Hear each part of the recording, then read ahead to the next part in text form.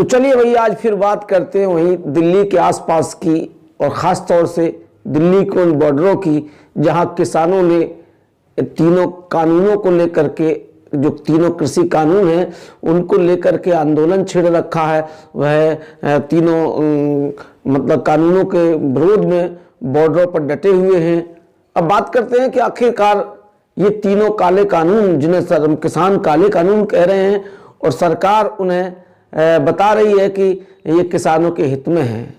अब बात वहीं आकर रुकती है। कई बार की वार्ता भी किसान नेताओं के बीच सरकार कर चुकी है और वार्ता जो वो बेनतीजा हासिल हुई है। कई बार इस तरह की बात सामने आ रही है कि सरकार बार बार कह रही है कि भाई ये हमने जो कानून बनाए हैं किसानों के हित में बनाए हैं, और किसान कह रहे हैं कि ये हमारे हित में नहीं है। तो ये तो वही बात हुई कि जिस तरह से कोई व्यापारी अपना सामान बेचता है और कहता है कि भाई ये ले लो भैया, ये तुम्हारे बहुत काम आएगा, बहुत अच्छा आइटम है, बहुत अच्छी बात है, और ग्राहक कहता है कि भाई नहीं मुझे नहीं चाहिए ये, और मैं इस सब चीज़ को मेरे काम का नहीं है।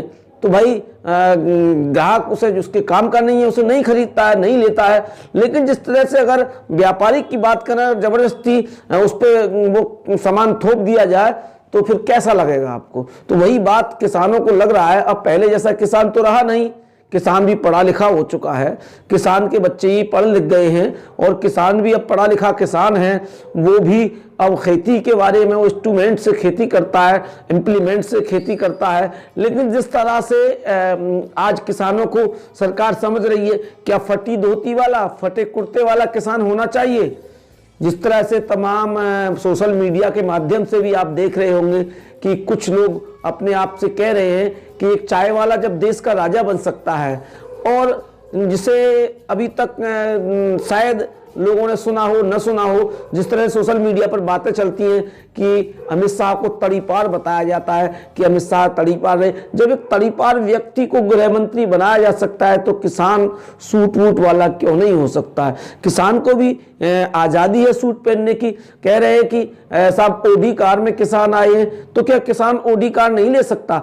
1,000 बीघे जमीन लोग एक दूसरे की एकत्रित करके जोतते और बोते हैं, उसके बाद पैदा होती है। उस पैदावार से वो कहीं ना कहीं अपनी मेहनत से अगर ओडी कार खरीद ले तो कौन सी बड़ी बात है। किसानों की ही जमीन अधिग्रहण करने के बाद सरकार पैसे देती है, उन पर तमाम फैक्ट्रियां लगाती है, एयरपोर्ट बन रहे हैं और तमाम सरकारी और डिपार्टमेंटों के लिए किसान की जमीन जा रही है। तो हो सकता है किसान के पास ओडी कार खरीदने के लिए पैसा सरकारी हो, या तो आप जांच कराइए कि ओडी कार उसके पास क्यों आई।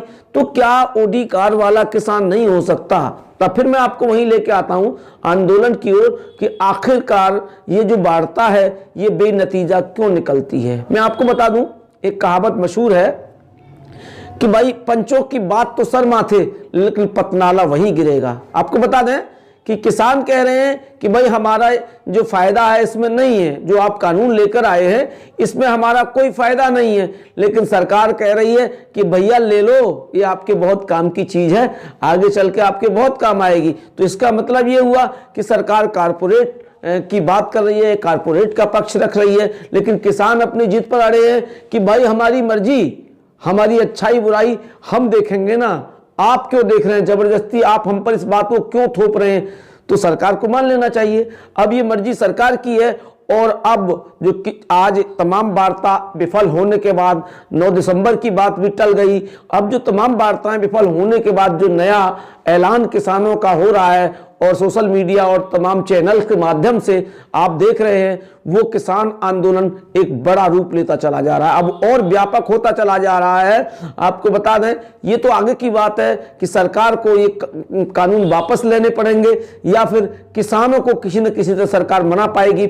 अब जिद किसकी पूरी होगी ये तो आगे की बात है। लेकिन जिस तरह से अनुमानित लग रहा है कि अभी तक सरकार को ये पहली बार इतना बड़ा झटका एक बड़े संगठन के द्वारा लगा है, अन्यथा तो सरकार अपनी जिद हमेशा से रखती आई है।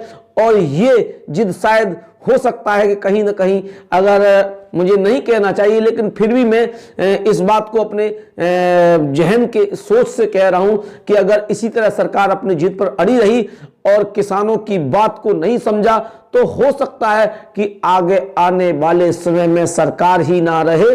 तो इन्हीं बातों के साथ मैं विदा लेता हूं। आप बने रहिए हमारे साथ और देखते रहिए आपकी खबर।